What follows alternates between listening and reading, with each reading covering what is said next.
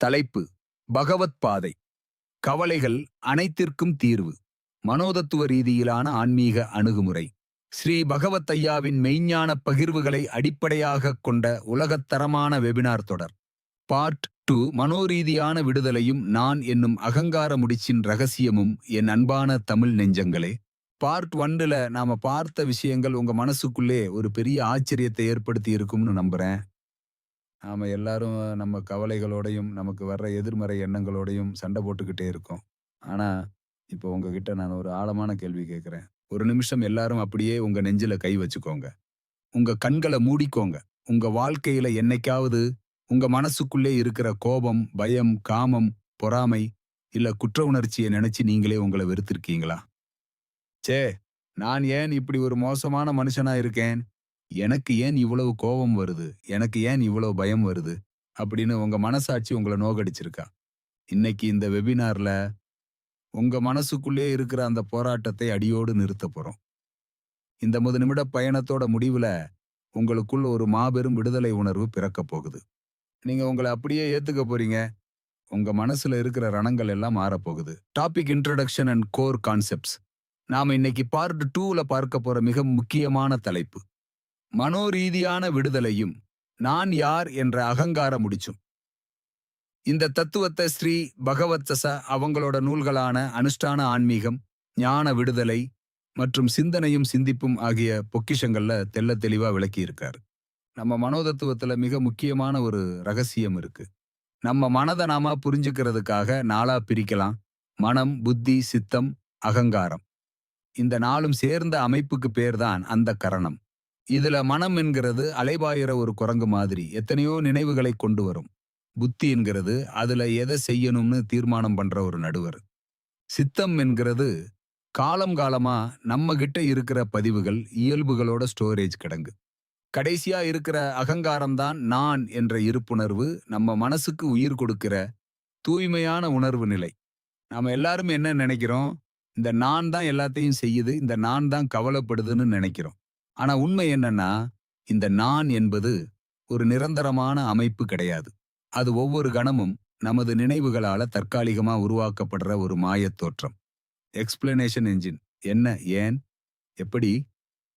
1. மனோரீதியான விடுதலை, psychological liberation. என்ன, what? மனோரீதியான விடுதலைங்கிறது நம்ம மனசுக்குள்ளே வர்ற எந்த ஒரு உணர்வையும், கோபம், பயம், துக்கம் மாத்தவோ இல்ல அப்புறப்படுத்தவோ நாமாக முயற்சி செய்யாமல் இருக்கிற நிலை. ஏன், வை? ஏன்னா நம்ம அடிமனசுல இருந்து வர்ற உணர்வுகள் நம்ம கட்டுப்பாட்டுல இல்லை. கட்டுப்பாட்டுல இல்லாத ஒரு விஷயத்தை நாம கட்டுப்படுத்த நினைக்கும் போதுதான் அங்க அகப்போராட்டம், இன்னர் கான்ஃப்ளிக்ட் உருவாகுது. எப்படி, ஹவு? நமக்கு ஒரு கவலை வரும்போது இது என் கட்டுப்பாட்டுல இல்ல, இது தானாக வந்துச்சு, தானாகவே மறைஞ்சிடும் அப்படின்னு நம்ம புத்தி பூர்வமா புரிஞ்சுக்கிட்டு சும்மா இருக்கும்போது அந்த கவலைக்கு நாம கொடுக்கிற எனர்ஜி நின்னுடுது. எனர்ஜி கிடைக்காத கவலை தானாகவே காத்துல கரைஞ்சு போயிடும். வாழ்க்கையில எப்படி, ஹவ் இன் லைஃப்? உங்க பிசினஸ்ல ஒரு நஷ்டம் வரும்போது ஐயோ நஷ்டம் வந்துருச்சேன்னு மனசு பதட்டப்படும். அந்த பதட்டத்தை நிறுத்த போராடாம, இந்த கணத்துல என் மனசு பதட்டமா இருக்கு, அதுல தப்பில்லைன்னு ஏத்துக்கிறது தான் விடுதலை. இன்னைக்கு என்ன செய்யலாம்? What to do today? இன்னைக்கு உங்களுக்கு ஒரு கோபமோ பயமோ வரும்போது, இதை நான் கொண்டு வரல, இது தானாக வந்துச்சு அப்படின்னு உங்க பொறுப்பை கைவிடுங்க. 2. நான் என்னும் அகங்கார முடிச்சு, the I notion. Ego knot. என்ன, வாட்? நான் அப்படிங்கிறது ஒரு நிரந்தரமான நபர் கிடையாது. நமது நினைவுகளாலும் அனுபவங்களாலும் ஒவ்வொரு கணமும் புதிது புதிதாக உருவாக்கப்படுற ஒரு தற்காலிகமான உணர்வு அலை தான் இந்த நான். ஏன், வை? ஏன்னா நம்ம மூளை ஒவ்வொரு சூழ்நிலைக்கு ஏத்த மாதிரி ஒரு காண்பவனை, அப்சர்வர் உருவாக்குது. அந்தந்த சூழ்நிலையோட பிரதிபலிப்பு தான் இந்த நான். எப்படி, ஹவ்?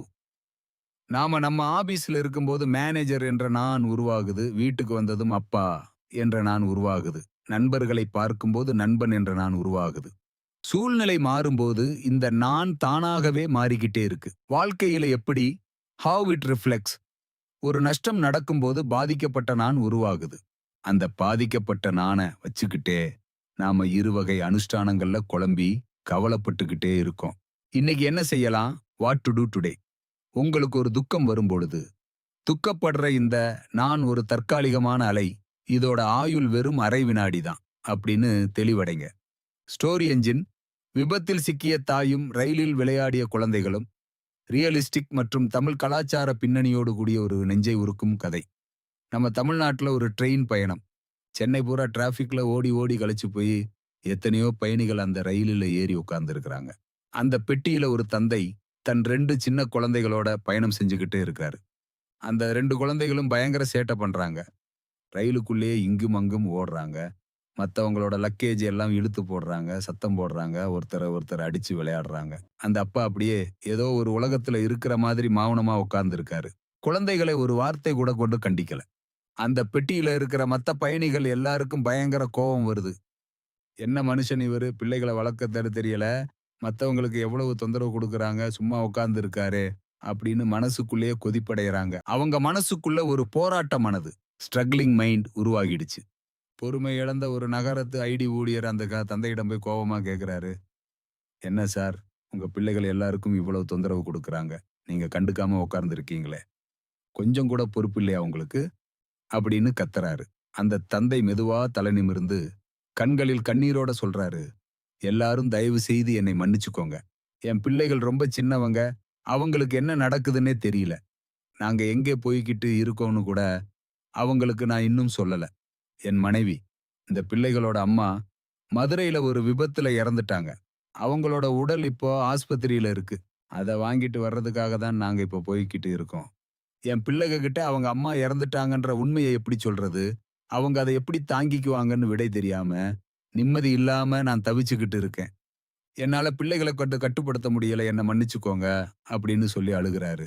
என் அன்பான நெஞ்சங்களே, இந்த வார்த்தையை கேட்ட அடுத்த வினாடி அந்த ட்ரெயின் பெட்டியில இருந்த அத்தனை பயணிகளோட மனநிலையும் தலைகீழா மாறுச்சு.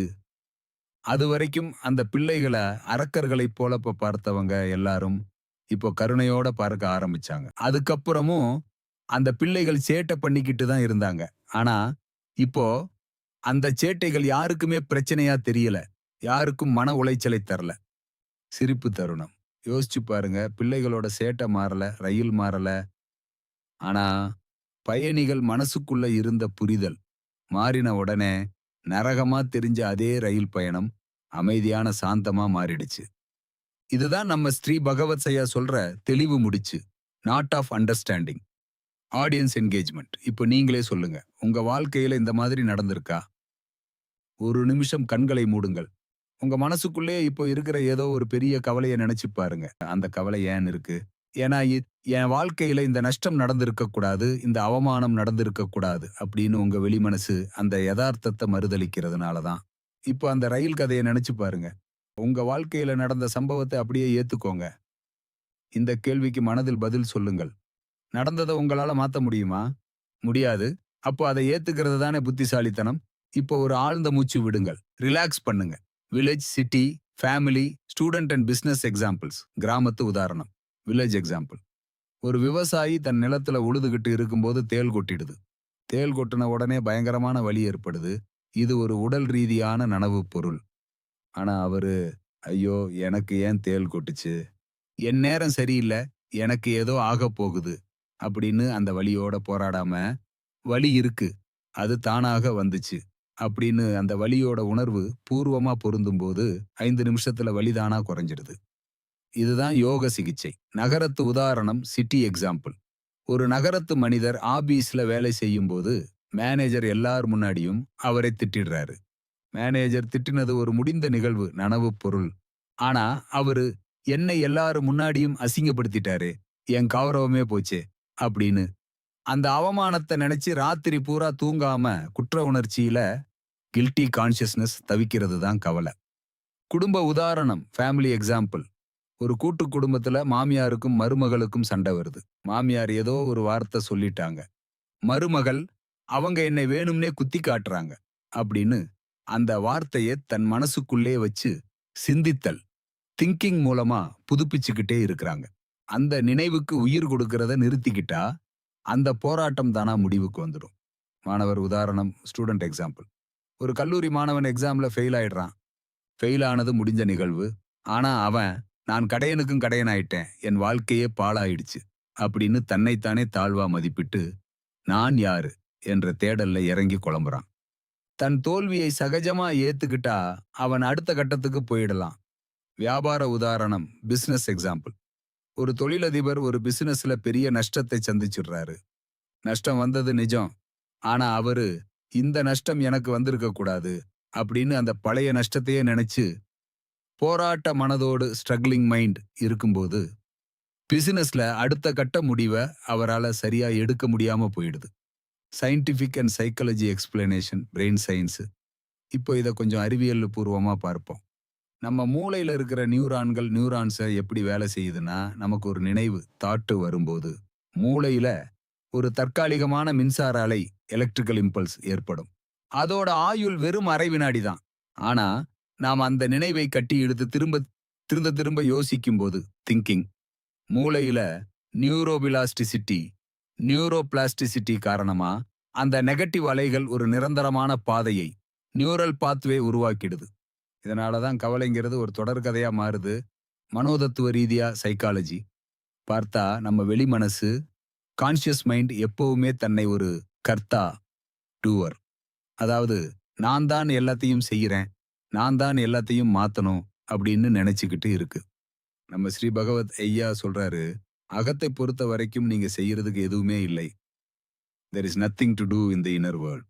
இந்த உண்மையை நம்ம வெளிமனசு புரிஞ்சுக்கிறப்போ அது தன் போராட்டத்தை கைவிடுது. போராட்டம் இல்லாத நிலையில மனசு தானாகவே சமநிலைக்கு, ஈக்குலிபிரியம் வந்துடுது. Communication and behaviour change techniques நம்ம ஸ்ரீ பகவத் ஐயா கற்றுத்தந்த ஒரு உன்னதமான உத்தி என்னன்னா, எண்ணங்களுக்கும் நமக்கும் இருக்கிற உரிமையை கைவிடுதல். Giving up the ownership of thoughts. நம்ம எல்லாரும் என்ன பண்றோம்? நம்ம மனசுக்குள்ள ஒரு தீய எண்ணமோ கோபமோ வரும்போது, இது ஏன் கோபம், நான் ஏன் இப்படி நினைக்கிறேன் அப்படின்னு அதுக்கு உரிமை கொண்டாடுறோம். ஓனர்ஷிப். ஐயா சொல்றாரு, ஊதுவத்தியிலிருந்து புகை வர்றது போல உங்க அடிமனசுல இருந்து எண்ணங்கள் வந்துகிட்டே தான் இருக்கும். அது உங்களோட எண்ணம் இல்ல, அது மூளையோட ஒரு செயல்பாடு, அது ஒரு ஜடப்பொருள் அப்படின்னு புரிஞ்சுக்கோங்க. உங்க எண்ணங்களுக்கு நீங்க ஓனர்ஷிப் எடுக்காதப்போ அந்த எண்ணங்கள் உங்களை எதுவும் செய்ய முடியாது. அது பாட்டுக்கு வரும், அது பாட்டுக்கு அரை வினாடியில மறைஞ்சு போயிடும். மைண்ட்ஃபுல்னஸ் அல்லது ஆன்மீக பார்வை, இது ஆன்மீக கண்ணோட்டம் என்பதை தெளிவாக குறிப்பிடும் பகுதி. நமது சனாதன ஆன்மீக கண்ணோட்டத்தின்படி மைண்ட்ஃபுல்னஸ் இஸ் ஸ்பிரிச்சுவல் பெர்ஸ்பெக்டிவ். இந்த நான் அப்படின்னு நம்ம எதை சொல்றோமோ அது உண்மையிலே ஒரு நிரந்தரமான அமைப்பு கிடையாது. அது ஒவ்வொரு கணமும் நமது நினைவுகளாலும் அனுபவங்களாலும் தற்காலிகமாக உருவாக்கப்படுற ஒரு மாயத் தோற்றம். அதாவது ஜாக்யூஎம்சிவி, சித் ஜடக்கிரந்தி, உயிரும் ஜடமும் சேர்ந்த முடிச்சு. திரையில ஓடுற சினிமா படம் மாதிரி தான் நம்ம நினைவுகளும் கவலைகளும். திரையில ஒரு தீப்பிடிச்சு எரியற மாதிரி காட்சி வந்தா அதனால திரை எரிஞ்சு போயிடுமா? இல்லவே இல்லை. திரை எப்போதுமே சுத்தமா சலனம் இல்லாம தான் இருக்கும். அதே மாதிரி உங்க தூய்மையான உணர்வு நிலைதான் அந்த திரை, கான்சியஸ்னஸ். அதுல வர்ற கோபமும் பயமும் வெறும் படங்கள் தான்.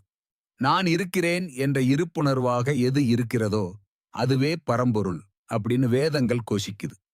நீங்க அந்த திரையா மாறி படங்களை சாட்சியா பார்க்கும்போது எந்த கவலையும் உங்களை ஒட்டாது. Practical exercise and reflection questions. இப்போ நாம ஒரு சின்ன பிராக்டிக்கல் எக்ஸர்சைஸ் பண்ண போறோம். எல்லாரும் தயாராகிக்கோங்க. ஸ்வெட்டர் பின்னுற கதையை ஞாபகம் வச்சுக்கோங்க. உங்க மனசுல இருக்கிற அந்த நான் தான் எல்லாத்தையும் மாத்தணும்ன்ற அகங்கார முடிச்சை இப்போ நாம அவிழ்க்க போறோம். உங்க மனசுக்குள்ளே நீங்க கேட்க வேண்டிய ரிஃப்ளெக்ஷன் கொஸ்டின்ஸ் இவைகள் தான். இப்போ எனக்குள் வர்ற இந்த கோபமும் பயமும் நானா கொண்டு வந்தது, இல்ல என் கட்டுப்பாடே இல்லாம தானா வந்தது? தாமாக வந்த ஒரு உணர்வை என் உணர்வுன்னு நான் ஏன் கட்டிப்பிடிச்சுக்கிட்டு அவஸ்தைப்படணும்? Small activity, action steps and homework. சின்ன ஆக்டிவிட்டி, ஸ்மால் ஆக்டிவிட்டி. எல்லாரும் தான் அப்படியே உங்க கைகள்ல ஒரு கற்பனையான ஹார்மோனிய பெட்டி, ஹார்மோனியம் இருப்பதாக நினைச்சுக்கோங்க. அதுல ஒரு பட்டனை அழுத்தினா ஒரு சப்தம் வருது. அந்த சப்தம் பிடிக்கலன்னு அந்த பட்டனை திரும்ப திரும்ப அழுத்தினா சப்தம் நிக்குமா? இல்ல அதிகமாகுமா? அதிகமாகும்.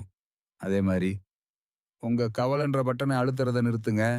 கைகள்ல இருக்கிற ஹார்மோனிய பெட்டியை அப்படியே ஓரமா வச்சுட்டு ரிலாக்ஸ் பண்ணுங்க. செயல்பாட்டு வழிகள், ஆக்ஷன் ஸ்டெப்ஸ்.